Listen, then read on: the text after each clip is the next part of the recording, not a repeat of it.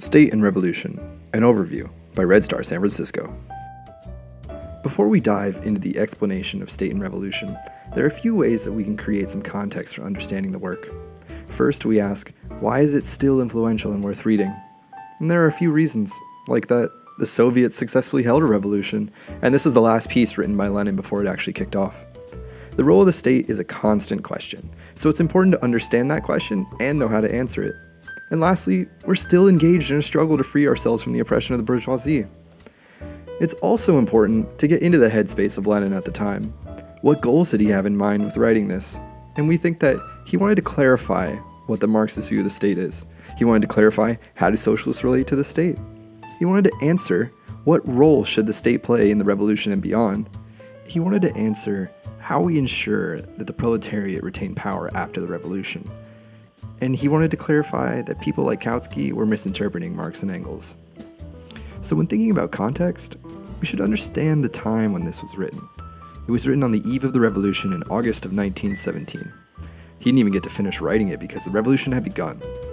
The last words of this piece are a beautiful marker of that fact. Quote, "It is more pleasant and useful to go through the experience of revolution than to write about it." Before we can truly understand the state, we should understand class. So, what is it? There are two main classes under capitalism, the bourgeoisie and the proletariat. And classes describe a relationship of someone to the means of production, aka the tools and processes of producing everything in our society. The bourgeoisie class controls what is made, how it is made, and even the tools used to make everything from cars to shoes to records and anything in between. They then sell these items and use the money they get to purchase necessary goods for life like food, shelter, clothing, etc. The other main class, the proletariat, sells their labor power in order to purchase necessary goods. Everyone under capitalism has to sell something to buy the necessities, no matter which class they're in. Alright, but why does this matter? Well, the bourgeoisie extract profits from the process of producing and selling things. These profits come from the surplus value created by the group that sells their labor power, the proletariat. Since the bourgeoisie want their profits as high as possible, and the proletariat similarly want their wages as high as possible, we can see there's a clear conflict of interest. This contradiction of the class interests and their struggle with each other sets the scene for most of the world that we currently live in. With a basic understanding of class, now we can talk about the state. So, what is a state? A state in Marxist theory is an organization that arises out of the contradictions between the two main classes. The state attempts to use force to quell the conflicts and coerce another class into submission. Lenin defines a state as, quote, "the special organization of force used for the suppression of one class by another." He says that its creation stems from the irreconcilable antagonisms between the classes. This leads us to conclude that, as long as there are classes, there will be a state. The state right now can be described as the bourgeoisie suppressing the proletariat. And history has seen other eras with different class systems like feudalism, which had aristocrats, serfs, etc. So what should we do about the state given the idea that the proletariat are being exploited? Well, we can't quite change what we don't understand, so let's clear up what the state truly does. The current state suppresses the proletariat by preserving capitalism and the class hierarchy.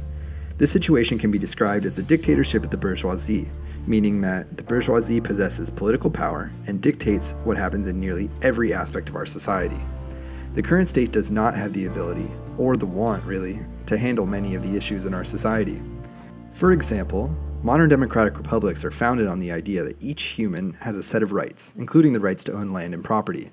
This means that often the state ties its own hands in truly addressing inequalities like housed and unhoused. We can't violate people's rights to their property after all.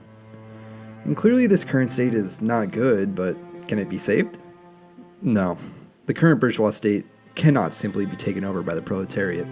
The bourgeois state rules through a monopoly and control over the means of violence in our society. They use this violence against other classes through imperialist war and domestic threats to their rule at home. The current state must be smashed and replaced with a new kind of state wielded by the proletariat. A dictatorship of the proletariat instead. But why can't we take power with the current establishment, you might push back. Legislation never calls into question who owns the ways in which we produce goods in our society. The relationship to the means of production cannot be legislated away. The few democratic institutions we have are used to legitimize the class domination that we currently live under. We believe that the hint of democracy that we do participate in is enough. The results are seen as a justification for the world we live in, as if changing what we experience is a matter of winning an election or a vote instead of it being inherently an unjust system altogether. The institutions of democracy that we currently have are limited. Many aspects of our lives are monopolized and based on exploitation. This exploitation continues to sap power from the proletariat and put it in the hands of the bourgeoisie. With the current establishment, even if we did start to gain some power, the bourgeoisie will use what Engels referred to as special bodies of armed men, like the police, to prevent a taking over of production. This is why we need a self-acting armed organization of the population to truly win power. There are many proletariat for every one bourgeoisie, just keep that in mind. We need to create a state based on institutions of workers' democracy, which is radically different from what we currently have. Unless workers have democratic control of production, they cannot have a say in the way things in the world are made or the decisions that are made about the way the world is shaped. So many of the decisions that happen in this world happen outside of political spaces. A representative democratic government alone does not mean your life is democratically decided. Your boss, for instance, can fire you on the spot and take away your ability to eat, get health care, have a roof over your head, etc. And that's not even touching the idea of democratically making decisions about how the workplace is run. The bosses functionally operate as dictators. And without a say or power in the day-to-day decisions of the world, the workers are at the whim of the capitalists. They can and do keep us from taking any power from them. The current state reinforces capitalism. It's not set up to abolish it. There are structural mechanisms to prevent anti-capitalists specifically from taking power. We cannot win in this structure. We must replace it. What happens after the proletariat take power? Lenin says, quote, "The proletariat seizes state power and turns the means of production into state property to begin with, but thereby abolishes itself as a proletariat, abolishes all class distinctions and class antagonisms, and abolishes the state as the state." End quote. Though this doesn't happen overnight. The state will instead wither away as class distinctions disappear.